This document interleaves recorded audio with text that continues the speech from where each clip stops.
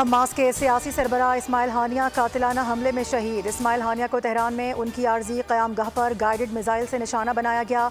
इस्माइल हानिया का एक मुहाफ़िज़ भी शहीद। ईरानी पासदारान इनकलाब का कत्ल की तहकीकात का ऐलान। ईरानी हुकूमत ने कहा है कि वाक़े की तहकीकात के नताइज जल्द सामने लाए जाएंगे। हमास ने कहा इस्माइल हानिया का कत्ल एक बुज़दिलाना फ़ेल और एक संगीन वाक़या है जिसकी सज़ा दी जाएगी। इसराइल अब भी अपने मकासद में नाकाम रहेगा।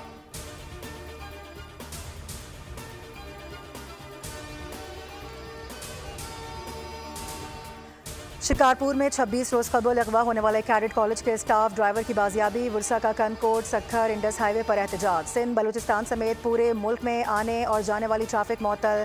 मुजाहिरीन का कहना है मुग़वी को आज़ाद नहीं करवाया गया तो एहतजाज का दायरा बढ़ाएंगे। दूसरी जानिब कश्मोर पुलिस की कार्रवाई में एक मुग़वी बाजियाब। थाना घेतलोर की हुदूद में खुफिया इत्तला पर पुलिस ने कच्चे के इलाके में कार्रवाई की।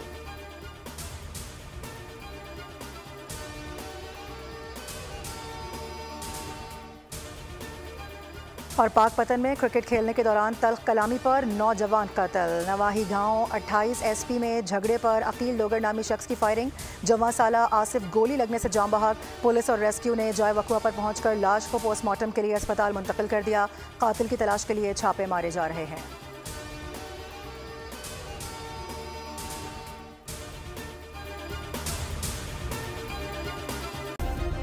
सब्सक्राइब करें और बेल दबाएं ताकि कोई खबर रह न जाए।